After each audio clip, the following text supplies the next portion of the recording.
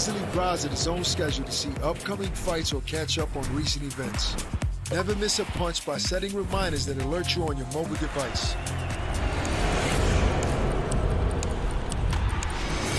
I am here with the main event, Jay Swingler. How are you feeling? Absolutely fantastic. Are you not entertained?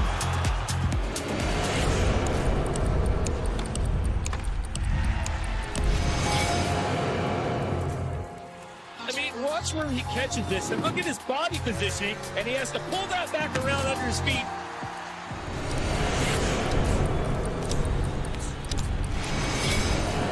Navigate fight night with key moments. Replay the rounds of the action you want to see again and again.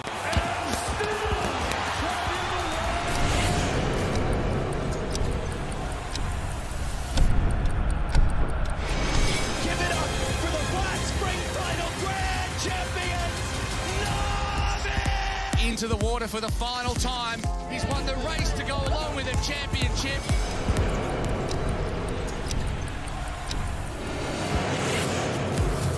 Absolutely magnificent. What a strike that is.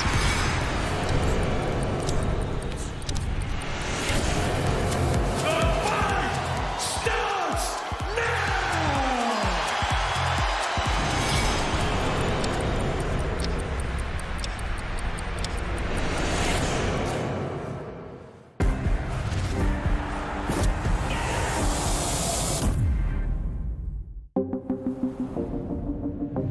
The following programme is recommended for those 16 and over, as it contains sporting violence, possible bad language, and flashing imagery.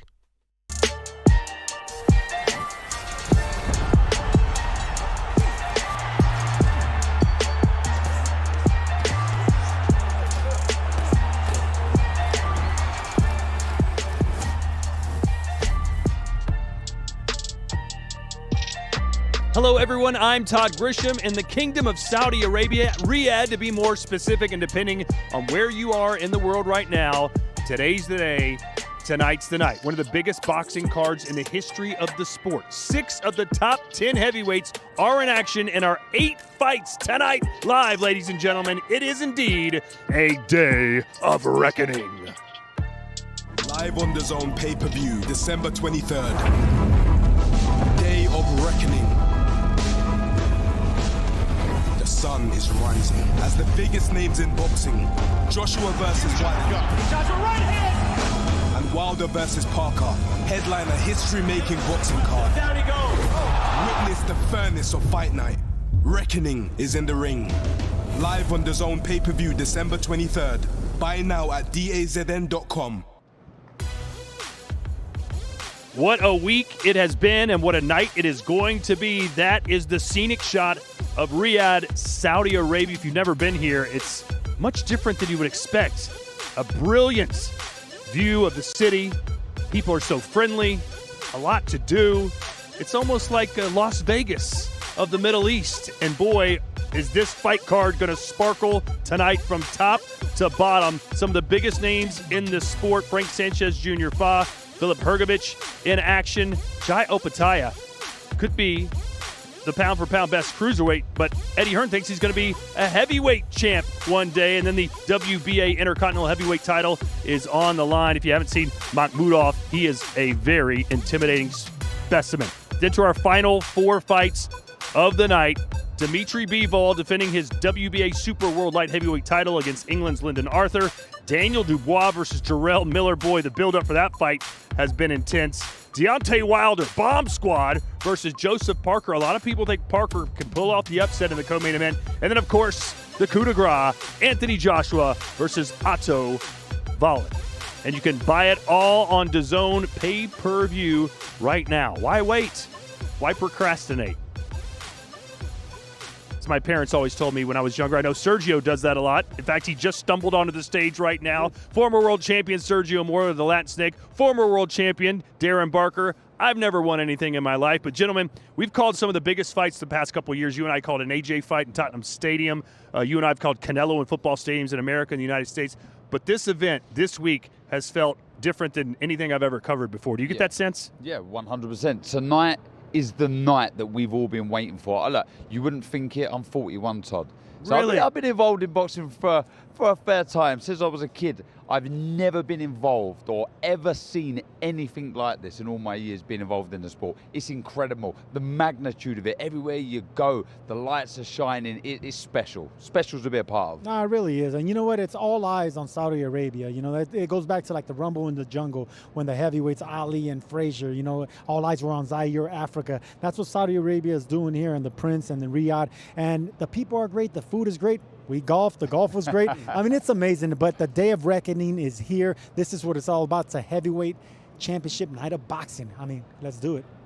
Well, it's been a spectacular week so far, and a lot of people have compared Riyadh now to the new Las Vegas. Is this going to be the new home of boxing? Is that what's going to take place here, Darren? Well, I'm all here for it because it's been spectacular. They know how to put on a show. You just see the glitz, the glamour, the entertainment, the excitement has been building everywhere. Like I say, everywhere you go, people are talking about this show. It's a special, special place, and long may it continue. No, it really is. And I'll tell you one thing, Big Baby Miller and Dubois, this is another fight that you know, the closer and closer it gets tonight, it's going to be something special because all eyes are on Wilder and Joshua, and, you know, we're anticipating for the big fight. But I'm telling you right now, Dubois and Big Baby Miller got something in store for tonight. I mean, the stare down was good. The fight, the build-up was good. I mean, this is all action. The day of reckoning is here. I can't wait. Yeah, and a nasty shove between those two as Miller shoved Dubois, but that's going to be a very interesting fight. But of course, the top of the bill, AJ versus Otto Wallin. And if you've been following this build-up at all, Otto Wallin about as confident as he can be as the Swede looks to upset Anthony Joshua. If you ask me, it's a bad fight for Joshua. He's changing trainers again. I think he's searching for something that he's not going to find.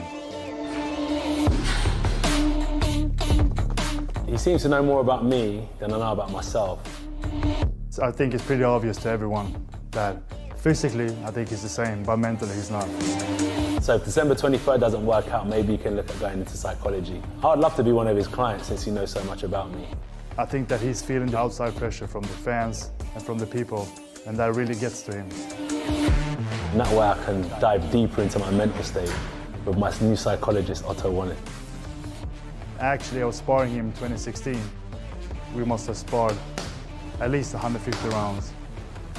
There's things I can take from it, and what I can take from it is that the Wallin I'll be fighting now is definitely better than the Wallin of previous because he's definitely working on his craft.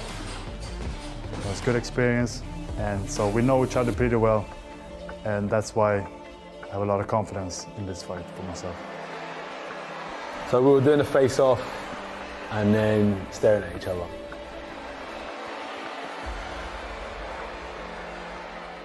Then he starts talking.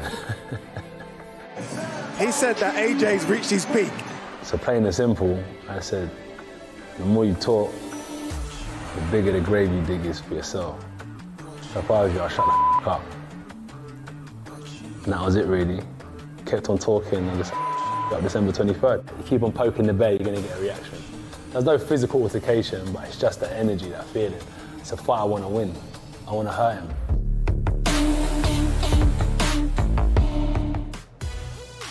Let's take a look at our tale of the tape for our main event. Anthony Joshua, 26-3-0. Otto Wallin, 26-1. That lone defeat coming to Tyson Fury. Similar in height, weight. AJ, 13 pounds heavier. In that reach, 4 inches for Anthony Joshua. It's scheduled for 12 rounds. Make sure you buy the pay-per-view right now. Scan the QR code. This is the main event of an absolutely loaded card coming your way tonight here on DAZN. Sergio, how much pressure is there on Anthony Joshua as the favorite to beat Otto Wallin? I mean, like he said yesterday after the weigh-in, there is no tomorrow. There is no fight. There is no Wilder fight without a win tonight. I mean, so much pressure. But this is the thing about Anthony Joshua. He's been here before. And this is the reason, you know, he kind of building up to the weigh-in, the press conference, everything, there was a little bad mood, like a little chip on his shoulder. He really didn't want to talk to the public.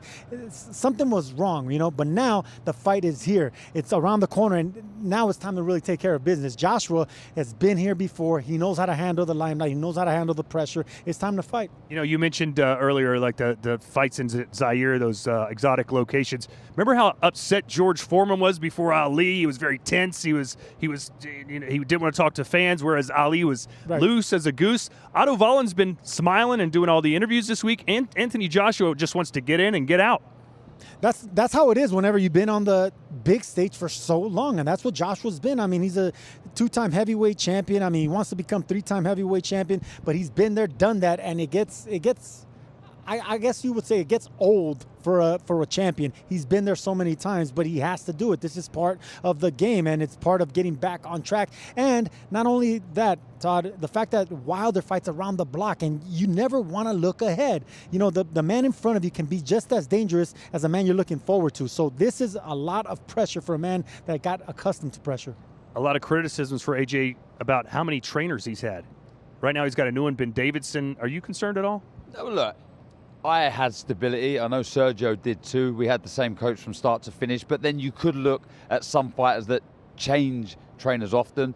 They've got another string to their bow, new techniques, new tactics, etc. But if I was to talk about Wallin as an opponent, boy, this man can fight. He's shown that he can adapt to his opponents. We see against Tyson Fury, which surprised me. He was on the front foot, pressing the action. You know, cut Fury bad. I think it was 47 stitches. And then when he fought Gassiev last time, he was on the back foot. He was moving. He's very nimble for a big guy. He can poke out the jab. He can frustrate opponents. I expect Anthony Joshua to win this fight. But let me tell you now, there is something about Wallin that truly makes me believe that he really thinks he's going to rip up the script and make it a night for him. Well, let's hear what the new trainer for Anthony Joshua has to say. This is Ben Davidson. I believe Anthony Joshua is ready to challenge again for the heavyweight title. I don't think he ever wasn't. AJ's had 2 camps this year with Derek James, who's already in good shape. He's professional, and I think that's played a factor here because before there was any announcement of a fight, he'd already started renting a house that was nearby the gym just to keep on it, which was fantastic because when this opportunity did arise, he was in a fantastic place to be able to capitalise on it. I think it's really important that you work smart. So you pick the days to work hard, you pick the days to deload, recover, and you manage that. You have to manage that. If you let him, he'll just keep going. So I'm trying to rein him in and make sure that he peaks for fight night, and I think so far we're doing a good job of that. He's a 1%er. That excites me because that tells me that he's in love with the game, and that tells me that there's plenty more to come on this Anthony Joshua story. I was a part of Tyson Fury's team when he fought Otto Wallin. I wouldn't say specifically being in the opposite corner to Otto is a huge factor. I would say the fact that we now have a number of fights to go back over and look at and study. We didn't really have that with Tyson. I think I had 2 fights and 1 no contest, which happened in the second round. So I didn't have much to look at to get to know Otto as a fighter at that time. However, now we've got the fight against Tyson, we've got the fight against Brazil, we've got the fight against Gassiev. So there's a number of fights for us to be able to look at, and I think that that's really important. Wallin is a tricky opponent, but I envision an Anthony Joshua knockout. So here was the stare down and the weigh-in from yesterday. Sergio, I know you're not a big fan of changing trainers. You kept the same one your entire career, but is Ben Davidson the right man for the job? Me and Darren Barker had the same trainer since day one, and yes, he is the right man for the job because Ben Davidson, he knows how to communicate in that corner. In that 1 minute, that 60 seconds that a trainer has to communicate to their fighter what they need to do for the next round, Ben Davidson knows how to encapsulate that. He does it verbally, and since Anthony Joshua is a cerebral fighter, he needs to hear the words in order to put them into action. That's what Ben Davidson does exactly right. So the strategy, everything's there for them. I'm a big fan of Ben Davidson. Yeah, and also, like you said there, this might be a masterstroke that Ben Davidson was in the corner for that camp for Wallin, for Tyson Fury. He knows how he fights. He's been there. He's been ringside, and that could be another way of them getting advantage on fight night. Wallin has gone on record as saying him changing trainers is just another example of him being mentally weak. He admittedly is not the same fighter he was a couple years ago, that aggressive, chase down Klitschko, go for the knockout. He's changed his style with mixed results. Are you seeing the same thing as Wallin, right? Yeah, look, he's definitely not the same fighter he was. I still think he's a very hard fighter to beat. We see that against Hellenius last time. A bit cagey early on. You're kind of willing AJ on to really land the big shots, pivot through the shots, really commit to the right hand. And we see that at the end. The right hand to close the show was as dramatic as they come. I want to see him build from that now. I want to see him hold the center ring, be aggressive, be the boss, and really commit to the shot. You know, the phrase mentally weak can be very sensitive, but, you know, you got to admit it, fighters, that's what we see. When we look at another fighter's eye, we know if he has it or not. It's an insult, is what it is. It's an insult, but it could be a sensitive subject nowadays. So, but in boxing, you know, a fighter knows when he sees in his eyes, when he sees the body language, he knows if the fighter has it in him, if he has that oomph, you know, that eye of the tiger, like in Rocky. And Otto Wallin, even though he's been to the top, he's only lost to the main heavyweight champion of the world. He only has a guy in front of him that's already been beaten. He's already been knocked out. He's already been to the top and to the bottom and back up. Wallin wants that opportunity. He sees something in the eye of Joshua tonight, and you know what? Maybe he could strike lightning in a bottle. You said you want to see Anthony Joshua take it to him, be in the center of the ring. If you're training Otto Wallin, what's the strategy for him to beat AJ if he does employ that stuff? I think being in control of the distance is so important for both. But if AJ, who's the bigger out of the two, the physically stronger out of the two, is holding the center ring, it's important for this man to sort of take a step back when AJ attacks, move either left or right, then back to the center of the ring. He cannot afford to be backed onto the ropes or in the corner. AJ will have a field day if that is allowed to happen. So it's so important that position in the ring is key. You know what? Normally I would say for the B-side fighter, the guy that's the underdog, to start off fast. But in this case, I would like to see Wallin get out of the early rounds. You know, both these guys have been very active. So if they can get into the middle rounds, you know, where Joshua would maybe start getting a little bit more tired, especially if he starts missing. Wallin's a big man, and he's doing it from the southpaw stance. If he can aggravate and frustrate, you know, someone like Joshua, getting to the middle rounds, get him into the late rounds, start questioning the mind of Joshua, whether, man, do I still have it? Do I still have that knockout power? Why can't I track this guy down? Let that sink in. Then he can go for gusto. Then he can go for the big shots, and then maybe he can get the knockout. Lots of twitchy movements. I think, like you say, he may be a little worried, AJ, at times, a little mentally fragile, if you like. The feints, right. You know, they kind of put you in your shell, kind of. So I think a lot of jittery movements from Wallin could be key. Mentally fragile, mentally feeble, mentally a lot of stuff. Yeah, you like my vocabulary. I love it. All right, it's weak. So that's the story for our main event. Co-main, a little different. Deontay Wilder, as tense as AJ's been this week, Deontay Wilder looks like he doesn't have a care in the world, and you'll see in this off the cuff with Ade. I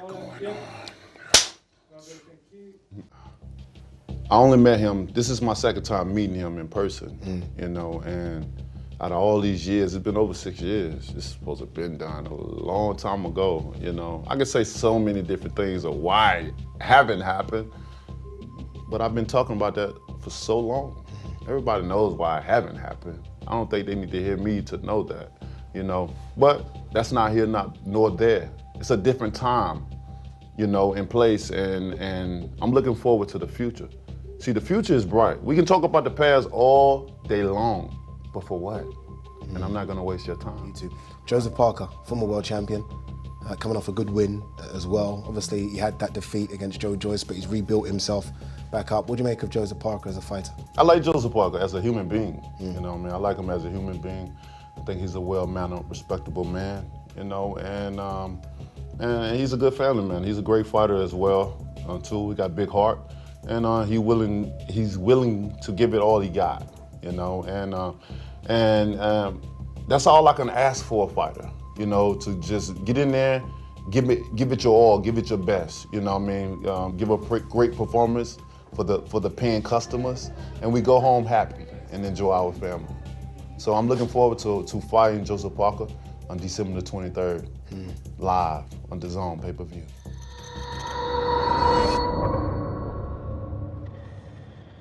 Love that smile from Deontay Wilder. And speaking of smiles, how about the one Chris Mannix always brings to the stage? He's filling in for a couple minutes as Sergio goes off stage left. You sure you don't want me to call Sergio back up here for you? Sergio's already left. What are you talking about? Part-timer. Hey, you can buy the pay-per-view right now, ladies and gentlemen. Use the QR code on the screen. Chris Mannix, why should people be excited about the co-main event, Wilder versus Parker? Well, because Deontay Wilder is as close to must-see TV in all of boxing. 43 wins, 42 knockouts. He's electric when you see him in the ring. And this is one of those fights where Deontay Wilder has, I think, something to prove. He's coming off that win over Robert Helenius, but he only fought one round in that fight. So we don't know if the Deontay Wilder we saw dominating the heavyweight division for so many years is still in him, because the Tyson Fury fights may have taken something out of him. So we're going to learn something about Deontay Wilder. I also think we're going to learn something about Joseph Parker. I mean, Joseph Parker just over a year ago had that knockout loss to Joe Joyce. He's won some fights since then. They have been relatively low level, so we'll see if Joseph Parker still has it in him to be a world championship level fighter. As great as Deontay Wilder is, Darren, there's been criticisms about his resume. Outside of Tyson Fury, who has he fought? Luis Ortiz is probably the name that falls right underneath that. In your opinion, is Joseph Parker now the best opponent other than Tyson Fury Wilder's ever Without faced? a shadow of a doubt, and I feel he's fighting someone in Parker who's reaching his peak now. It's crazy to think that Parker is only 31 years old. Tons of experience behind him now. He's in great shape, has Andy Lee in his corner, really, really believes in himself. There's a confidence, an aura around him that really makes me believe that he feels he's going to rip up the script and make a name for himself. Out of the two semi-finals, if you want to call them that, this is the potential banana skin. Yeah, it is. And I look at Deontay Wilder and the weight he came in for this fight. 213 pounds, by my count, is the third lightest he's ever been. I weigh in his pro 205. career. He's only 8 pounds heavier than me. That's phenomenal, Todd. Thanks for that insight, for a little piece of information. Okay. 213 pounds is light, and it is about 25 pounds less than what Wilder was for the third fight with Tyson Fury. Remember, he went through that phase, early in the Fury trilogy where he thought adding more weight, putting on more muscle was going to get the job done. He's clearly gone the opposite direction, weighing about 214 pounds for his last fight, and now he's down to 213. That tends to work out well for Deontay Wilder. When he beat Luis Ortiz for the first time, he weighed right around 214 for 215. When he had a draw with Tyson Fury, he weighed right around 214, 215. So this weight tends to lead to success for Deontay Wilder. And I'll tell you why. Because his speed generates power. The power comes from the speed, the way he commits to the shot. So the lighter he is, the quicker he will be. And we've seen that's why he's so destructive down at these sort of weights. It was interesting. Yesterday, I spoke to Joseph Parker on the stage after the weigh-in, and he said, we're going to fight fire with fire. Do you believe him? No. And if he does, can he win that kind of fight? No, in my opinion, no. To win this fight, Joe Parker has to be disciplined. He needs to be busy, but not greedy. Pick his moments, but have plenty of them. I think, like I said, in the main event for Wallin, I think Parker needs to feint as well, try and draw out the big shot from Wilder and then counter. But to mix fire with fire, one of the biggest punchers in the heavyweight division history would be crazy. Yeah, I couldn't agree more. Look, I think that's more of a mind game that Joseph Parker and Andy Lee are trying to play, trying to convince the Tyson Fury that he is going to come out guns blazing, try to throw that left hook over and over again and knock him out in the same way that Robert Helenius tried to do.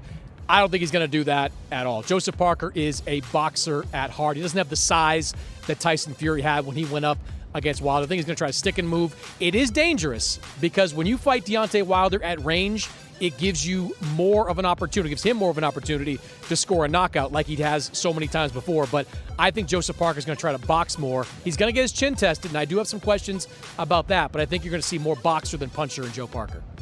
When you ask people up and down the press row, pick one upset. A lot of people say, I think maybe Parker beats Wilder. Why is this kind of the in vogue upset pick? Because there's a lot of question marks surrounding Wilder. The inactivity, the one round against Helenius is not good enough. 38 years old. The first thing you lose as a fighter is your punch resistance. However, the last thing that goes is the punch. Joe Parker as well. Look, Simon Keane is no Wilder. but you can only beat who's in front of you. And he did it in such good fashion. If Wilder loses this fight, where does that leave him here in the heavyweight division, Chris? Look, as long as he wants to fight, he will still be someone that is a sought-after opponent. But if Deontay Wilder loses this fight and the Anthony Joshua fight goes away, I don't know if I can see Wilder continuing in boxing. Look, the guy's made a ton of money. He lives a cheap lifestyle relatively in Alabama. So I think he's more likely to walk away than anything else. I mean, this fight could lead to legacy fights against Anthony Joshua, maybe 2 fights against Anthony Joshua. But if he loses this fight and shows that he's not on the level of a Joseph Parker, I just don't think at 38 years old he's going to have it within him to kind of build himself back up to get to that level. And for Parker, if he wins this fight, would you like to see him against AJ? Well, he'd deserve the shot, wouldn't he? Why not? Yeah. Look, the way I'm seeing this, and many are seeing it, it's 2 semifinals. Yeah. And the winners need to face. Whoever they are, they need to face each other. All right, so that is the story of our co-main event. Anthony Joshua in our main event against Otto Wallin. And then we have Deontay Wilder and Joseph Parker. And then, obviously, the third fight on the card, Dimitri Bivol defending his light heavyweight title, taking on Lyndon Arthur. That fight looks a little one-sided, but why should we believe that Arthur can perhaps beat one of the best pound-for-pound fighters in the world? I mean, it does look very one-sided, and we know why. He's looked unbelievable, has Bivol. His feet on another level. You know, I've had to grade his footwork. It's A+. You know, it's as good as it can get. Lyndon Arthur is a good fighter. He's a good fighter. He's tough. He's strong. He's got a fantastic jab, but Bivol's probably got the best jab in boxing. So you look at Arthur's best attribute, which is his jab, and he's going in there with somebody who's got a better jab than him. How does he win? I mean, it's as tough a task as possible. Yeah, I think that Arthur's only chance is if Dimitri Bivol is not Dimitri Bivol in this fight. He has been off for over a year. He's coming off a hand injury that sidelined him for parts of this year. And maybe there is some reluctance in Dimitri Bivol, as we've seen with fighters, to use that hand early in a fight. But that, to me, is the only opportunity. Dimitri Bivol is a top 10 pound-for-pound guy. He's arguably the best light heavyweight in the world. It is a tall task asking Lyndon Arthur, who has never beaten anybody close to that level, to win a fight like this. Much more on this fight and the rest of the card coming your way. You can buy now. Use the QR code on your screen. It is a day of reckoning tonight, live from the Kingdom of Saudi Arabia. That will end our December schedule. What a schedule it has been here on DAZN. But we've got one coming your way at the beginning of January. It's the return of Ortiz. This kid they think is going to be sensational. The real deal. The natural-born puncher. A young star. But legitimate contender.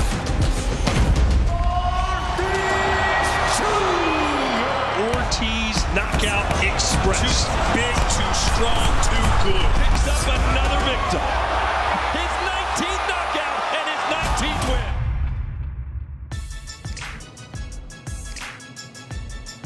He's in a new weight class, but will it still be the same old Virgil Ortiz Jr., who's won every single one of his bouts by knockout? He'll be taking on Frederick Lawson Saturday, January 6th, live from Las Vegas. And then how about Munguia Ryder? What a banger that is going to be. I cannot wait for that one. Saturday, January 27th. Then it's the return of Edgar Berlanga taking on McCrory, the heavy hitter. That's Saturday, February 24th. But that is then. This is now. Here is tonight's fight card exclusively on DAZN pay-per-view. Use the code on your screen right now. Scan it and make that purchase. It is a day of reckoning. There's the first 4 fights out of the gate. If you haven't seen Jai Opetaia, he is something else in the cruiserweight division. One of the best pound-for-pound fighters perhaps in the world today, and hasn't ruled out moving up to heavyweight eventually, much like Usyk did, much like Evander Holyfield did. Last 4 fights, about as good as you could possibly schedule, including right there at the tip top, Joshua versus Otto Wallin, Wilder versus Parker, Dubois versus Miller, and Dimitri Bivol, which we just talked about just a moment ago, taking on Lyndon Arthur for the WBA Super World Light Heavyweight title. Let's focus in now on Dubois versus Jarrell Miller. It could be the most exciting fight of the night. It's garnered a lot of attention for 2 reasons, Chris. Because of Jarrell Big Baby Miller's big mouth and his big body. 333 pounds. Yeah, exactly the same weight Jarrell Miller weighed in for his last fight. It's significantly heavier than what Jarrell Miller weighed when he was fighting on DAZN earlier in 2018 and 2019. This, to me, though, is the most competitive fight of the night on paper, because at one point, we looked at Jarrell Miller as a true contender in the heavyweight division. He was going to fight Anthony Joshua. Tested positive for multiple banned substances, had to be out of the game for a while. Now he's back. He's won a few low-level fights in a row. At 333 pounds, does he have the motor to keep up with Daniel Dubois over the duration of that fight? On the flip side, does Daniel Dubois still have the heart? Does he still have the desire to be a top heavyweight once again? He has twice been knocked out over the last couple of years. Went down on a knee earlier this year against Alexander Usyk, did not get up from that shot. So there are legitimate questions about the heart and desire about Daniel Dubois. So I think this fight's going to be a great one on paper. It's a brilliant fight. It really, really is. And they're the two big questions. We know now why Miller was so relentless back in 2018. Now, up at this weight with that layoff, he just hasn't looked good. The mouth's still the same. He still talks a great fight, but I mean, he's having a war with Bracamonte, who, look, if you're at a level, you should be dealing with Bracamonte. He had a war with him. Lucas Brown didn't look good. For me, I think there's something about Daniel Dubois where, look, he's experienced the good, the bad, the ugly. He has a wealth of experience behind him now. Yes, there are them question marks about him potentially quitting and having that real commitment in a fight. But for me, I think he takes this one late and gets the job done. We mentioned chaos surrounds Jarrell Miller, and it was no different this week here in the Kingdom of Saudi Arabia. You said bigger picture, Tyson or Deontay? You ain't gonna fight Deontay, but you've been scared of him. You're not gonna fight him, bro. Because I smell you would do. I smell That's what you would do. Since day one, bro. I smell. We mean you still a bitch. You're still a bitch. Came to America, that shit never came back. Never came back. You can come to bro, UK. I've been to South a couple of times. Boxing is boxing, bro. You talking about not on the same level. And where you are, if you don't want to fight, if you don't want to fight, I don't need to fight. If you don't want to fight, they say that, bro. Bigger and better than you. Bro, Doctor, you lost it. Bigger than better. The truth is, you love me. Saturday night. Don't forget that you're working for me Saturday night. Exactly. Humble yourself. Let me look at him.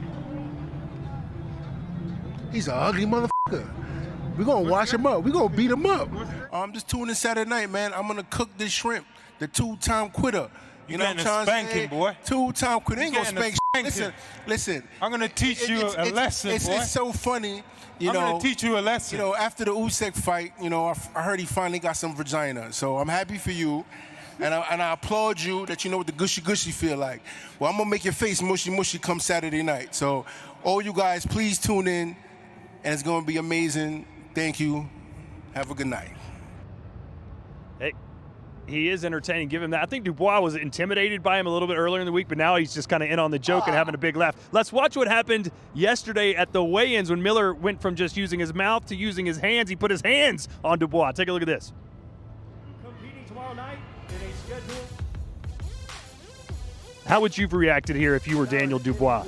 I would have been flying. He would have sent me off the stage for sure, but he's not happy, Dubois. Look, do you know what? Miller has brought a personality out of Dubois for sure. Something we've been waiting for a long time, but he was not happy with this. He really was taken aback by it. I don't know why Miller's doing this. You know, again, it's the last opportunity to try and get in the head of your opponent, but unnecessary. I mean, a classic move by Jarrell Miller, too. We did that to AJ before their press conference back in 2019. I think the question, you kind of alluded to this, is can Jarrell Miller get back to being the type of heavyweight he was prior to the positive drug test in 2019? That heavyweight threw about 80 punches around. You don't see that in the heavyweight division. Didn't have a ton of pop behind those punches, but when you are fighting someone with that kind of activity, he can get you in a big hole very quickly. And that, I think, is Jarrell Miller's game plan coming into this fight. He's going to try to overwhelm Daniel Dubois with punches and try to take the life out of him, especially in the second half of the fight. You talk about his game plan for this fight, but his game plan for the future, he wants AJ in the worst way. You say it could happen. Well, you say it will never happen. You say it could happen. Why do you feel that? I spoke to AJ on Tuesday at the Grand Arrivals, and I asked him the question, would you entertain that fight? And he said, no, shut it down straight away.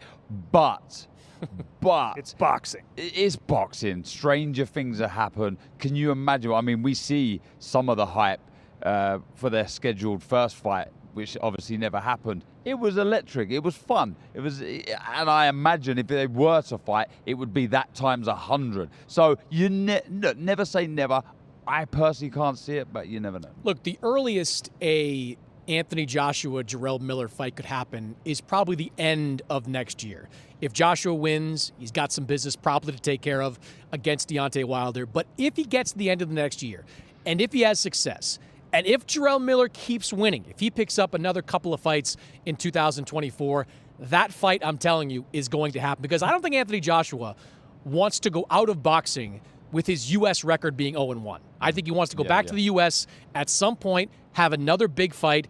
The biggest fight for AJ in the U.S. is Deontay Wilder.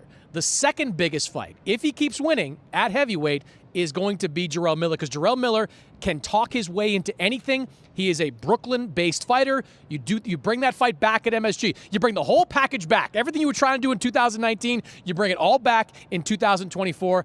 I believe, Darren, that fight's going to happen. See, Darren, wait, Darren. He never gets excited about anything. See, and if he gets that how do excited, I get this reputation for this? Because I'm not aloof like the other guy that was up here? No, but listen, he brings that out of him. So how could AJ say no if the crowd wants it, the fan wants it, the money's there? Why wouldn't he do it? Okay. And he can punish the guy for what he did to him. I get all of that, but you said it there, the if he keeps winning, I don't think he will. Yeah. I don't think he will. He is not the same fighter, and we know why. So that's the story from Jarrell Miller. But what about Daniel Dubois? He was in a somewhat competitive fight with Alexander Usyk in his last bout. If he comes back, wins this, looks good, where do you see him in the heavyweight picture? Wow, I mean, look, he's creeping closer to where he wants to be, fighting for a proper world title. There's options then. Like I say, I like what I'm seeing from him as far as his personality is concerned. He looks like there's a weight off, which is kind of weird really, because people are questioning his commitment, but for me, he's kind of, like I say, he's experienced the good, the bad, the ugly. Nothing is unknown now. So just get in there and forget everyone else, prove to yourself how good you are and that you're not a quitter. I think there's a talent gap between Daniel Dubois and Jarrell Miller in favor of Daniel Dubois. I think he's the more talented fighter on paper, but I just don't know what Daniel Dubois is at this point. Look, he got his orbital bone broken against Joe Joyce. There's no shame in staying down when something like that happens. We've seen it happen time and again in boxing. The Usyk decision bothered me a lot more because there were times he was competitive in that fight with Usyk. You can make an argument he was like 3 inches away with that body shot from potentially being the unified heavyweight champion of the world. You can potentially argue that. To go down on a knee off what was effectively a jab from Alexander Usyk and not get up in a fight for the heavyweight championship of the world, that bothered me some. So coming into this fight, I wonder how he's going to react if the going gets tough in the ring with Jarrell Miller. Hey, that is perhaps the most must-see fight on the card. You mentioned the most competitive on paper. It brings out a lot of emotions from people, and you can only see it live on pay-per-view here on DAZN. Use that QR code on the screen right now. Now let's turn our attention to El Animal, Filip Hrgović. He's had to wait in the background while the other heavyweights kind of deal with this stuff. He's facing Demori later tonight. He's a big, big favorite, Chris. Here's Demori standing on a pillow to try and get eye level with him. Does Demori have any chance? No. I'm sitting here and I'd like to give you a reason that Mark Demori could win. He's never fought or beat anybody on the level of Filip Hrgović. Filip Hrgovic's been off for a little while now, too, and you could certainly argue that, it didn't look great in that win over Zhilei Zhang, who has since looked really good in some of his subsequent fights. But for Mark Demori, to me, this is like a gimme for Filip Hrgović as he heads toward what's likely a heavyweight title shot in the first half of next year. This does not go past 3 rounds. I like Mark Demori. He's a nice guy, lots of charisma, lots of character, but he will get destroyed, in my opinion, within 3. Okay, so on paper, this is the biggest mismatch. I would say so, and like Chris says, I think this is a kind of a nice fight for Hrgović, just to keep his hands busy, keep him active. Everybody loves knockouts. Maybe we'll see a good one there. Yeah, well, it's going to be destructive. All right, there you heard it here first here from Darren. Let's talk about the first fight of the night. Frank Sanchez, such a high ceiling, so much hype around this Cuban, and he's taken on Fa, a man who weighed a lot, but he looks big. Do you expect that fight to tickle our fancies, so to speak? No. I'm trying. We're trying to sell a damn pay-per-view. Well, look, with the last 5-6 fights are excellent, and I think they can be very competitive. Look, I didn't like how Junior Fa looked in the scales. I didn't like his weight. And I don't like how he's looked in recent fights. On the flip side of that coin, I think Frank Sanchez is the real deal. He has one loss on his resume, but I love his boxing skill. I think he's got really good slashing power. I love Eddie Reynoso in his corner. There's just a lot to like about Frank Sanchez on a heavyweight championship level. I've seen a lot of Junior Fa in recent years. I have not seen a lot of good things from Junior Fa in recent years. I think this is a fight that Frank Sanchez is and should be heavily favored in. Yeah, I think he blows him away, if I'm honest. It's not just me. No, I think he blows him away. Well, look, but I think as far as a finish is concerned, I think we'll see a very good finish like the previous contest. Just to get a little technical, his reactions, his speed for a heavyweight is spectacular, Sanchez. And I don't like the lead hand position of Fa. You kind of pause with it slightly. And for somebody like Sanchez, that is just, I mean, that is a gift. That is an early Christmas present. And I think he'll take full advantage of it. Well, certainly a nice way to start the card, ladies and gentlemen. It happens live tonight here from Riyadh, Saudi Arabia.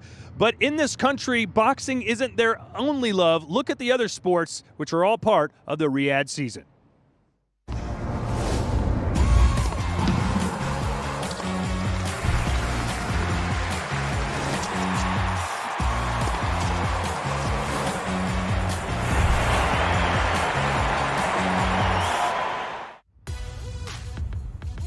What a huge tennis battle that's going to be, part of a fantastic Riyadh season. And it's live on DAZN, ladies and gentlemen. We've talked about all of the heavyweight battles, but there is that light heavyweight contest. Dimitri Bivol back in action. Every fight for me is a hard test, to be honest. I can't say that it is the hardest opponent, but I try to think like it's the hardest. Yeah, Dimitri Bivol. Yeah, you know, it's one of the bigger world titles, other than the one I've got. And it is a hard task. I'm fully aware of it. Was fully aware of it when I got asked to do I want the fight. You know, of course, every fighter is different. If you beat one guy and that guy beats someone, it doesn't mean that you will beat someone. I'm now someone that I used to watch, if that makes sense. Like when I was growing up, I used to tune in to watch these big fights, and now I'm involved in it. So I've become the person that I grew up watching. I like to be in the gym, I like to work, I like to spar, fight. But from this part, some boxers, they're enjoying this modern fighting. I'm different. Only a fight, it's like every fight where there's 10 people in the arena or 10,000 people in the arena. It's a fight. The only person that can do anything to me is him. I have to win this fight, and I believe that I could win and then move forward again.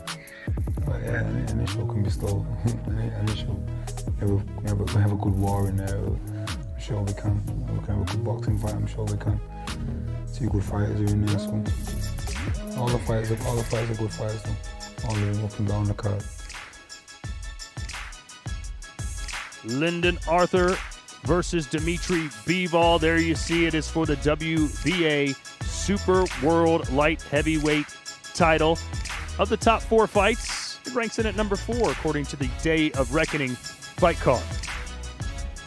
Let's discuss this fight, and back in is Sergio Mora. No more Chris Mannix. Thank God. I mean, there is sunshine when he's gone.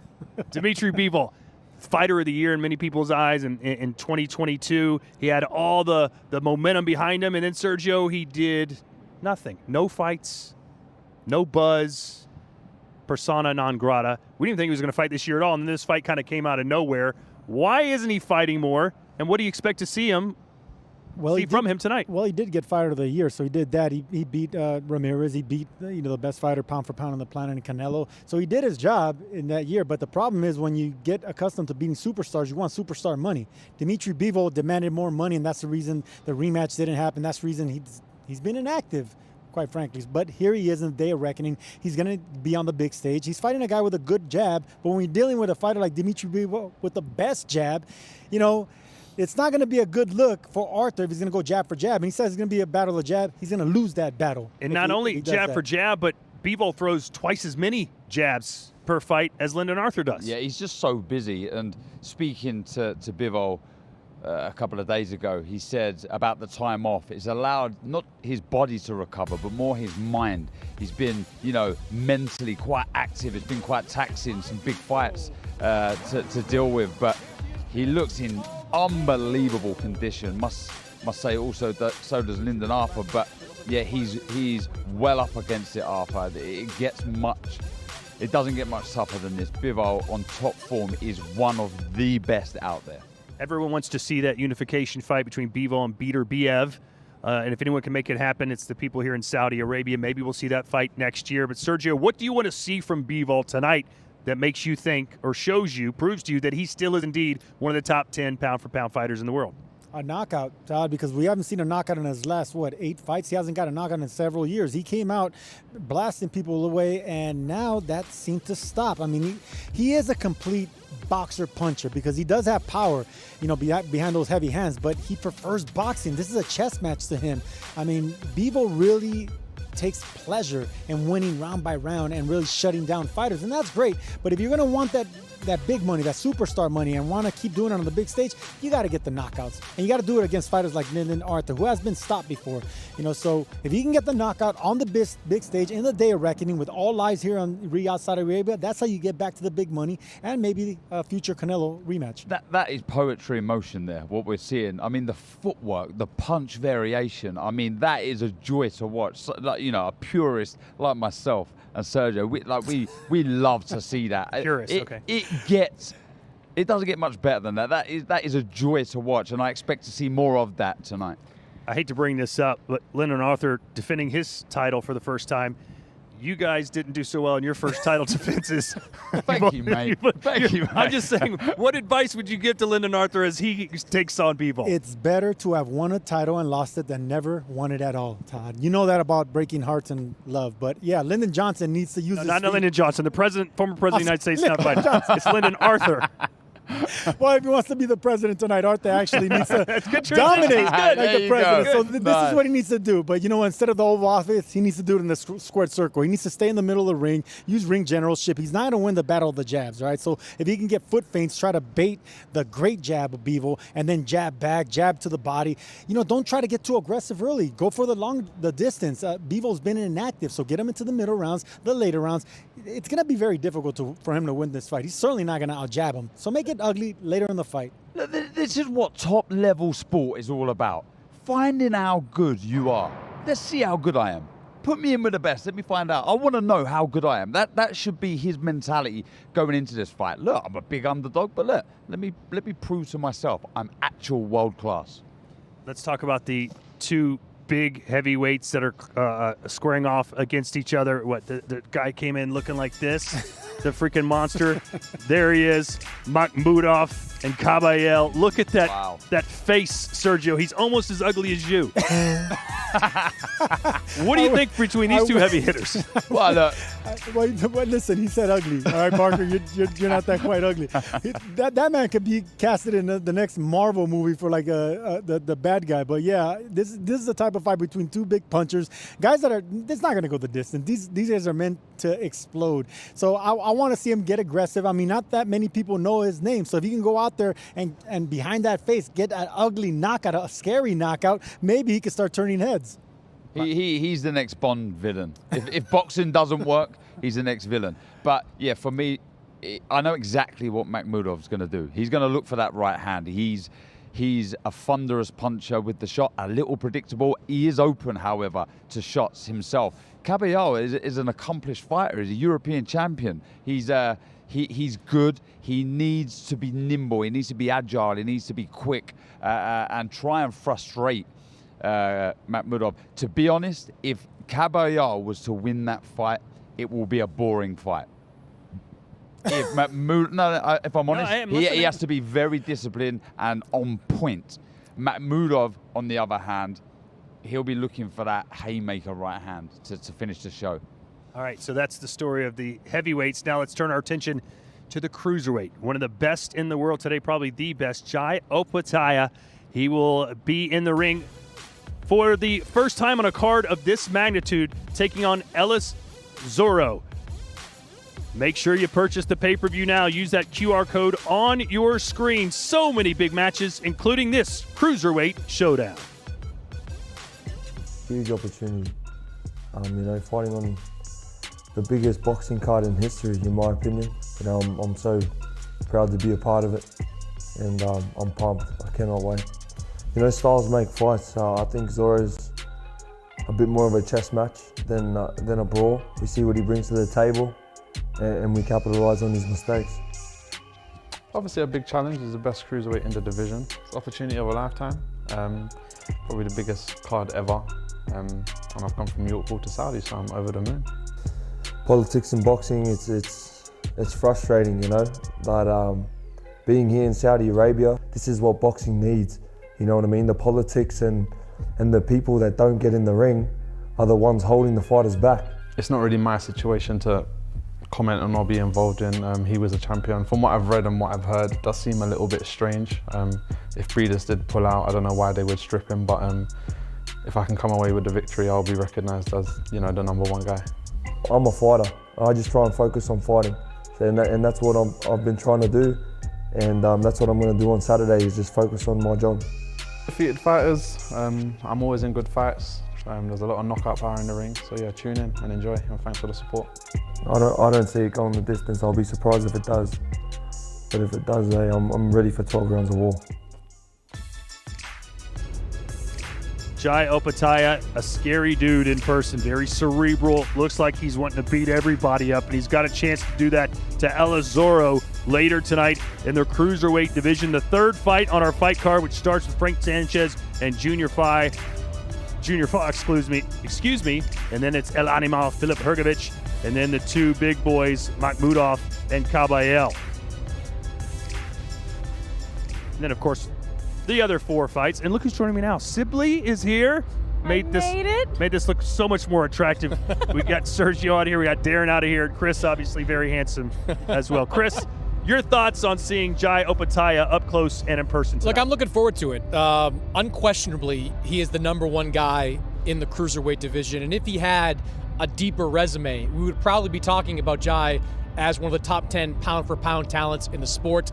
He's coming into this fight with some motivation. The IBF recently took his title away from him as a result of not facing who they wanted him to face, so he's disappointed in that. He remains the Ring Magazine champion, so there still is some hardware around the waist of Jai Opetaia. But this kid, he is very, very good. Matchroom very high on him. They expect him to unify, get multiple belts in the cruiserweight division soon, and then potentially move up to heavyweight, where I think he'd be an interesting opponent for a lot of top guys in that weight class.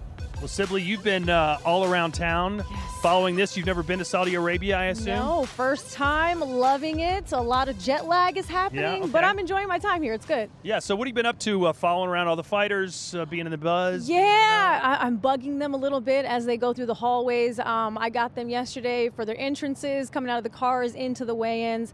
I talked to Jai the other day. There I am with my baggy pants on. Look, we match. Eddie and I matched. Not planned.